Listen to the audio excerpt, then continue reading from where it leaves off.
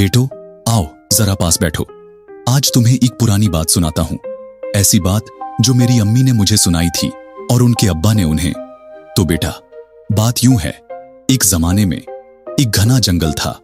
ना बड़ी इमारतें थीं, न धुआं धुआं शहर, बस हरियाली थी, खुशबू थी और हर तरफ सुकून ही सुकून था। उसी जंगल के एक बड़े से दरख्त पर एक कौवा रहता था।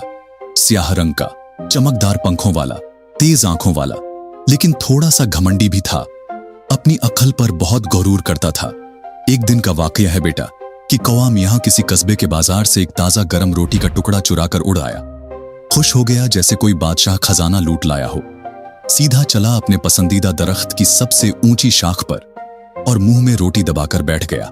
उस वक्त धूप भी सुनहरी थी और जंगल में हल्की हल्की हवा चल रही थी। कौवा सोचने लगा, क्या नसीब पाया है आज, बैठा बैठा मजे से खाऊंगा।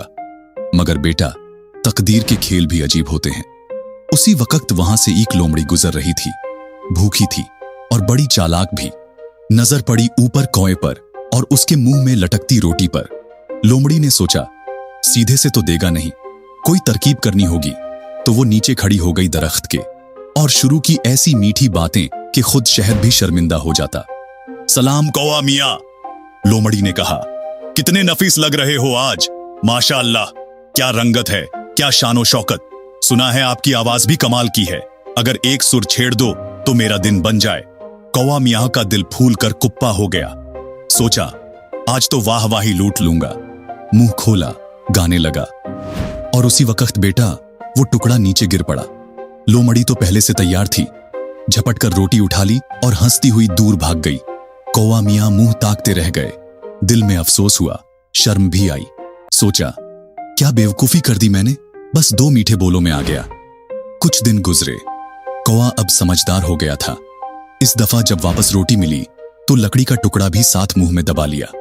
फिर वही लोमड़ी आई, फिर वही मीठी बातें, मगर इस बार कौवा मियां मुंह ना खोला, बस सिर हिलाते रहे। लोमड़ी नजदीक आई, देखा कि इस बार मुंह में कोई खाने की चीज नहीं, बल्कि सादी लकड़ी का टुकड़ा है। लोमड़ी मायूस हो गई, चुपचाप लौट गई। कौवा मियां मुस्कुराए और अपने दिल में सोचा, एक बार धोखा खा गया था, अब नहीं खाने दूंगा। और बेटा, बात बस इतनी सी है, जिंदगी में तारीफ के 2 बोल सुनकर खुश तो होना चाहिए, मगर आंखें बंद नहीं करनी चाहिए।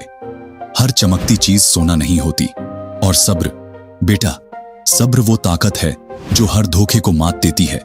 जो अकल से काम लेता है वही आखिर में जीतता है, और जो लालच में आंखें बंद कर लेता है वो अपना ही नुकसान करता है। तो बेटा, हमेशा होशियार रहना। तारीफ से खुश हो जाओ, मगर उस खुशी में अपनी अकल ना खो बैठना। तो दोस्तों, कैसी लगी आपको ये कहानी? क्या आप भी कभी दोस्ती में धोखा खा चुके हैं? अपना फीडबैक जरूर दें कमेंट में। और अगर कहानी ने आपके दिल को छू लिया हो तो वीडियो को लाइक करना मत भूलिएगा। चैनल को सब्सक्राइब करें ताकि आप मजीद ऐसी ही दिलचस्प और सोचने पर मजबूर कर देने वाली कहानियों का लुत्फ उठा सकें। मिलते हैं अगले वीडियो में एक नए सबक और नए जज्बात के साथ। तब तक के लिए खुदा हाफिज।